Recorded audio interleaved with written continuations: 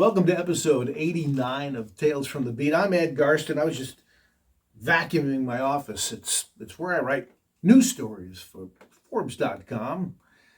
And it's kind of ironic because news, of course, doesn't exist in a vacuum, but you'd never know it by the pitches I've been getting that are jamming up my email box. They have nothing to do with anything.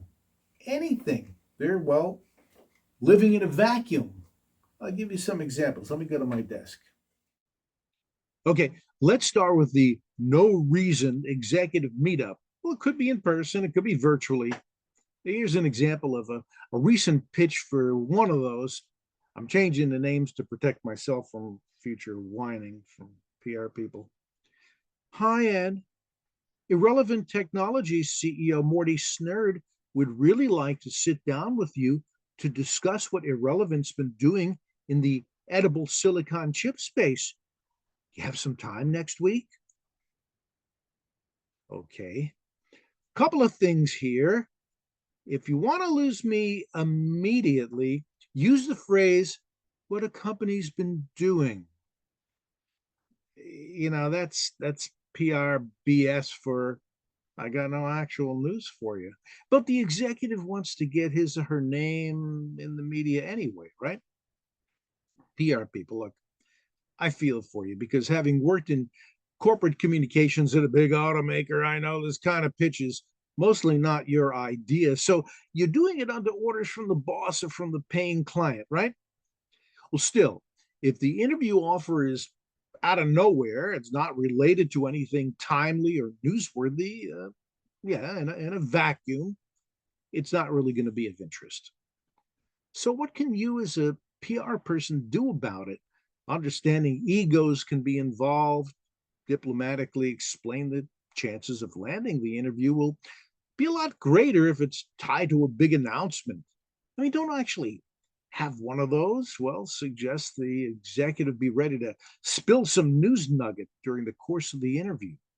Come to some sort of agreement on, what that nugget will be. Then tell the reporter the executive's going to drop some news during the interview that won't otherwise be announced. They'll probably go for it.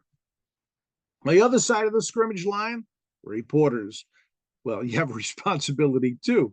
You hate to pass on the chance to interview a big executive at a company you cover, or is it a company related to your beat, right? Well, you could accept the interview and then go on a fishing expedition hoping to pry something loose, or try this. You can bargain with the PR person that you'll take the interview providing the executive will spill some news. Now, I've got a real personal example for you. Just happened. I was offered an interview tied to a 2-month-old study. So not really timely, right? But and I was hearing the sound of a Hoover in my head. However, the subject matter was intriguing to me, so I did the interview anyway because I'm a big believer in saving string for stories.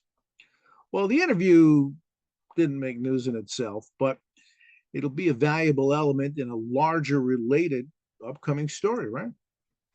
So looking back, the PR guy pitches me the interview as the sole element in a standalone story, but there's no current angle. So basically, well, in a vacuum. Well, as a reporter, though, I found a way to make it useful. I mean, I'll be honest with you, it was dumb luck, okay? Because the bigger story presented itself after I conducted the interview. I was actually a little pissed at myself for accepting the interview in the first place. Sometimes it's just about maintaining a relationship with a PR person. But I should have passed on it. But after the interview was done, I was sweating out how I'm going to use it. But I figured it out and let the PR guy know how the interview would be used. Well, guess what? Because he was an experienced veteran, he got the concept and was very, very happy to know that his client would play a key role in a bigger story, probably getting more coverage out of it. All right, so let's move on. Here's another one that came from the dust bag. Hi, Ed. AI is playing a big role in managing auto dealership customer service, especially at mysterious motors in useless Nebraska.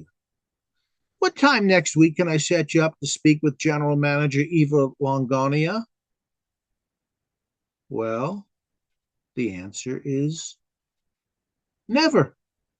Well, first of all, while artificial intelligence is certainly an important and evolving technology, it's also ubiquitous. It's almost everywhere. I mean, it's nice, but not necessarily news.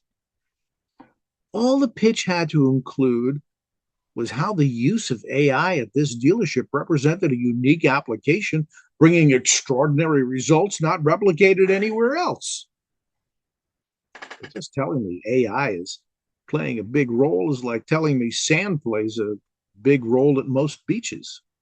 In other words, no news here. It's just a play for publicity for the dealer using a buzzword with nothing behind it. Want an ad? Buy one. All right. Now, how about a good one? This one's good. I actually love it. I mean, the PR person pitched me the CEO of a tech company. Now, at first glance, it looked like one of those in vacuum land when she suggested an introductory interview. But before I had thoughts of Hoovers in my head, she pulled it out with 4 bullet points outlining exactly what news angles the guy could discuss. It's solid stuff.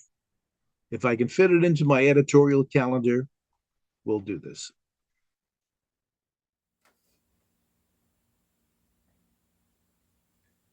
So the bottom line is don't send story pitches that aren't really stories.